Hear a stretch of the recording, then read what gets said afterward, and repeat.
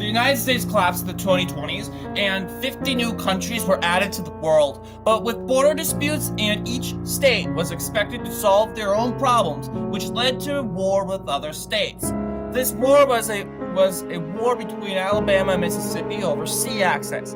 The Alabama government had a hard time with its sea access and its navy, so it turned to its neighbor, Mississippi, for land.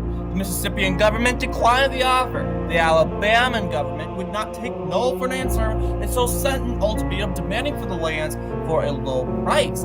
Still, the answer was a no, and fearing that the Alabaman government would respond in a harsh way, sent their forces to the border, which were ordered by the people of Mississippi.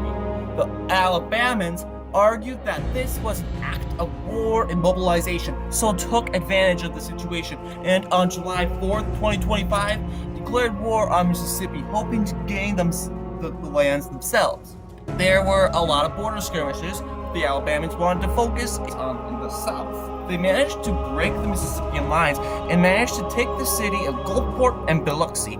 Mississippians then refocused their attention to Mobile, an important city near the border in Alabama, and moved their forces to the city and captured it in a week.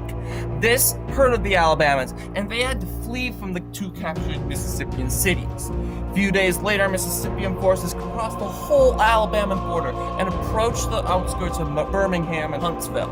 Alabama was desperate for peace and surrendered on August 1st, 2025. Mississippi took a small portion of western Alabama, but this hurted the state, which Alabama now has a smaller amount of sea access. This would lead to good feelings for the state of Mississippi, and as for Alabama, would lead to the rest of the decade in humiliation.